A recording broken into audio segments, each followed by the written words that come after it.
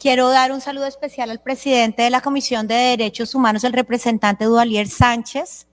al representante Rosso, citante de esta sesión, a la representante Lina Garrido, aquí representante del departamento de Arauca, a todos los representantes, las representantes que integran la Comisión de Derechos Humanos, al señor gobernador, al general aquí representante de las fuerzas militares. Agradecer la invitación y pues decirles que considero que es mi deber estar acá del lado del lado primero del pueblo. No quiero tomar de manera superficial el hecho de que el cargo que ostento es el de defensora del pueblo, y eso para mí tiene un significado muy importante, y esto quiere decir que estoy aquí atendiendo esta sesión, esta invitación que me parece muy importante, como se ha dicho acá, que se haga aquí en el departamento de Arauca, que desafortunadamente, y como defensora del pueblo nacional, puedo decir que tristemente es uno de los departamentos que enfrentan la crisis más grave de violencia, de violaciones a derechos humanos, infracciones al derecho internacional humanitario de nuestro país. Entonces estoy aquí, considero que es mi deber, y hablar en nombre de las comunidades, de la gente que no, desafortunadamente, está padeciendo de manera más grave esta violencia, los líderes, las lideresas, los medios de comunicación, las comunidades indígenas, las comunidades campesinas, y poder dar aquí un reporte de la información que tiene la Defensoría del Pueblo a través de su Defensoría Regional, que además quiero saludar y agradecer aquí a la Defensora Regional y al equipo de la Defensoría del Pueblo, porque como he dicho, finalmente la Defensoría del Pueblo es la gente que está aquí en el territorio día a día y que expone su vida y que está allá enfrentando, igual que las comunidades y que la gente de aquí del territorio, toda la situación tan dura que se ha venido presentando. Entonces voy a dar paso directamente a la presentación del diagnóstico que tenemos en la Defensoría del Pueblo, que en parte aquí ya se ha compartido la gravedad de la situación. Desde el año de 2022 la situación en el departamento de Arauca desafortunadamente se ha venido agravando, y el riesgo de violaciones a derechos humanos y de sufrimiento de la población se ha venido exacerbando, y hoy Arauca es el epicentro del conflicto, del principal conflicto entre el Ejército de Liberación Nacional y las disidencias pertenecientes al Estado Mayor Central en una de sus disidencias. El hecho de que desde el agosto no se hubiera prorrogado el cese al fuego con el ELN en la mesa de conversaciones, desafortunadamente también ha agravado la situación, y desde entonces hemos podido presenciar 8 atentados en contra de la fuerza pública y 27 en contra de infraestructura petrolera. No solo aquí en Arauca, sino en esta infraestructura petrolera en varios departamentos como Arauca, Boyacá y norte de Santander. Pero desafortunadamente también tengo que decir que la situación de la población civil antes y después del cese al fuego ha sido muy grave y sigue siendo crítica. En cuanto a homicidios, entre el año 2022 y 2024 se han podido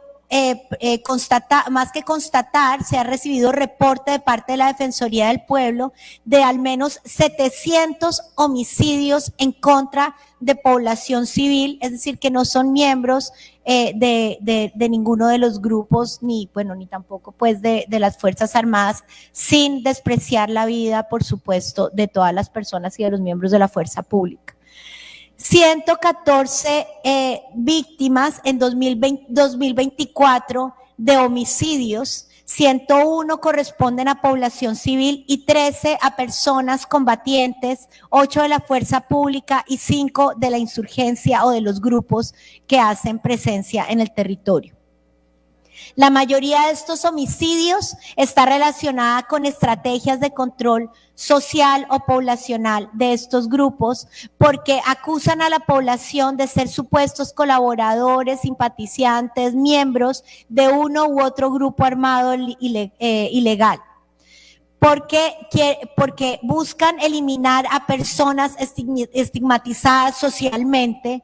o por purgas internas entre los propios grupos armados. Entre estos asesinatos, la Defensoría del Pueblo ha conocido de asesinatos contra 15 líderes sociales, líderes comunales durante el 2024, ya lo dije, víctimas, desafortunadamente un miembro de la mesa de víctimas que participa en los mecanismos de seguimiento de la ley de víctimas de la mesa de participación fue asesinada,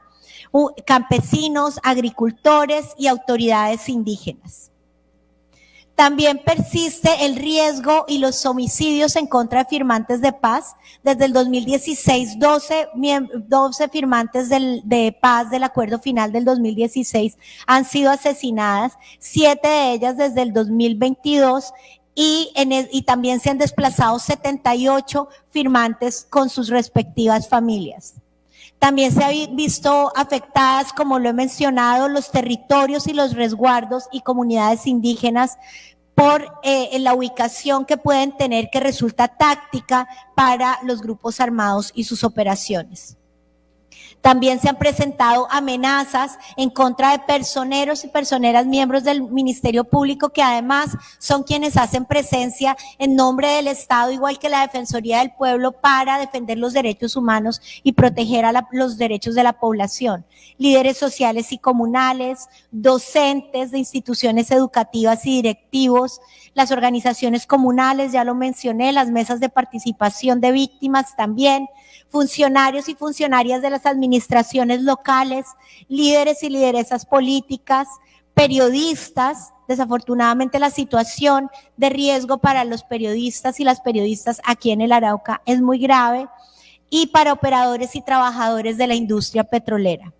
Según la Fundación para la Libertad de Prensa, en los últimos años, los grupos armados han sido el principal agresor de la prensa en Arauca. Esta violencia, abro comillas, según la Fundación para la Libertad de Prensa, esta violencia ha causado que las y los periodistas acudan a la autocensura como mecanismo de protección y dejen de informar sobre el conflicto armado, el orden público, la violación de derechos humanos como producto de la acción de estos grupos, que se ha agravado por el enfrentamiento directo en el que se encuentran. También se ha activado de parte de la Defensoría del Pueblo la ruta de protección para acompañar a todas estas personas en las poblaciones que ya mencioné, donde las personas más afectadas son los líderes comunales y los líderes sociales. También se presenta la práctica de las denominadas retenciones, que en todo caso son privaciones graves a la libertad, secuestros, que muchas de ellas terminan en desapariciones forzadas. En 2023 recibimos reporte del secuestro, retención de 113 personas, de las cuales 37 continúan desaparecidas. Durante el 2024 se han presentado la privación grave y arbitraria de la libertad de 127 personas, de las cuales 15 han sido asesinadas, 60 fueron liberadas y sobre 52 no hay información. Esto quiere decir que permanecen desaparecidas. Pero además sabemos que hay subregistro. No todos los hechos son reportados por las familias por el ambiente generalizado de temor a la denuncia que existe dentro de estas comunidades. Hay desplazamiento forzado, confinamiento. En desplazamientos masivos hemos recibido reporte de 3 desplazamientos masivos durante 2024, 2 en Puerto Rondón y 1 en Arauquita, y 5 eventos de confinamiento también durante el año 2024, 2 en Tame, 1 en Arauquita y 2 en Puerto Rondón. Pero además tenemos el tema de migración, que ya lo mencionaba, se mencionaba acá. El tema de la migración venezolana, en el departamento de Arauca hay una fuerte componente de población venezolana debido a la migración, que desafortunadamente sufre xenofobia, hay falencias en la regulación migratoria y todo lo que esto implica para el acceso a sus derechos de seguridad social, de seguridad alimentaria, acceso a los diferentes derechos. Pero esta población también ha sido víctima de situaciones de amenaza, de desplazamiento, de confinamiento, porque pues hacen parte de la población residente en Arauca. También hemos tenido el reporte de violencia contra la mujer y homicidios en el 2023, 10 casos de lideresas, y en el 2024, 16 casos. También el tema de reclutamiento y uso de niños, niñas y adolescentes. La Defensoría del Pueblo ha identificado en zonas urbanas y rurales de los municipios 30 casos de uso, utilización y reclutamiento de niños, niñas y adolescentes, 20 en el 2023, 10 en lo que va corrido el 2024, y hemos identificado 5 casos de riesgo inminente de reclutamiento. Y en este es uno de los casos en donde además sí que hay subregistro. Es decir, estos son lo que tenemos conocimiento, que no necesariamente refleja la realidad de la ocurrencia de los hechos. También en Arauca se presenta la situación de contaminación por armas de minas antipersonas sin explotar y artefactos explosivos. Y estos diferentes formas de minas y explosivos han generado accidentes que han causado daños y afectaciones en miembros de la fuerza pública, en personas de la población civil, tanto campesina como indígena, y en 2024 hemos constatado que se han presentado más de 20 eventos. También hemos visto limitaciones al acceso humanitario, al acceso de atención médica, atención también alimentaria a poblaciones que sufren desplazamiento o confinamiento por bloqueos de vías, por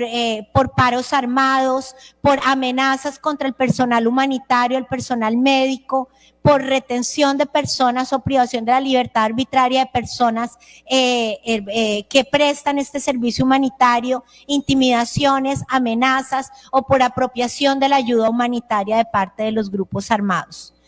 Esto ha llevado a que durante los últimos años se encuentren vigentes en el departamento en el departamento de Arauca 3 alertas tempranas, la 023 del 2021, la 011 2023 y una que es de nivel nacional, que es la 019 2023, sobre líderes y lideresas perseguidos, asesinados en el marco de la violencia, la criminalidad organizada y el conflicto armado interno. Como se pueden dar cuenta, la situación es de extrema gravedad, y yo quiero decir que es importante saber que no nos podemos acostumbrar a esto. Y aunque yo personalmente, aunque la Defensoría del Pueblo hace presencia aquí en la región, yo personalmente, aunque no vivo en el Arauca, quiero decirles, no nos acostumbremos a que esta situación es una condena a la que tenemos que vivir. Entonces yo quiero hacer varios llamados. En primer lugar, un llamado a la continuidad de los procesos de conversaciones y negociaciones con los diferentes grupos armados que hacen presencia en el departamento. Y este llamado no es un llamado de la Defensora del Pueblo o de la Defensoría del Pueblo. Es un llamado que he recibido de las organizaciones y de las comunidades en el territorio nacional y aquí en Arauca. Hace 8 días la Mesa Nacional de Víctimas me pidió que fuera transmisora de este mensaje, de solicitar que hayan procesos de negociación y diálogo porque el diálogo es la principal solución a esta situación inadmisible e intolerable de violencia y de daños a la población. Sin embargo, también es cierto que el primer compromiso con la paz de parte de los grupos armados ilegales es el respeto a la vida y al derecho internacional humanitario. Y cuando digo el respeto a la vida, es el respeto a la vida de todas las personas, independientemente de que sean combatientes o no.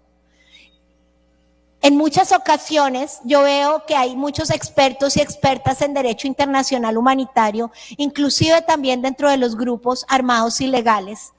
que han usado y han decidido usar el derecho internacional humanitario como un aval para vulnerar los derechos a la vida. Y el derecho internacional humanitario no está hecho para desproteger a nadie.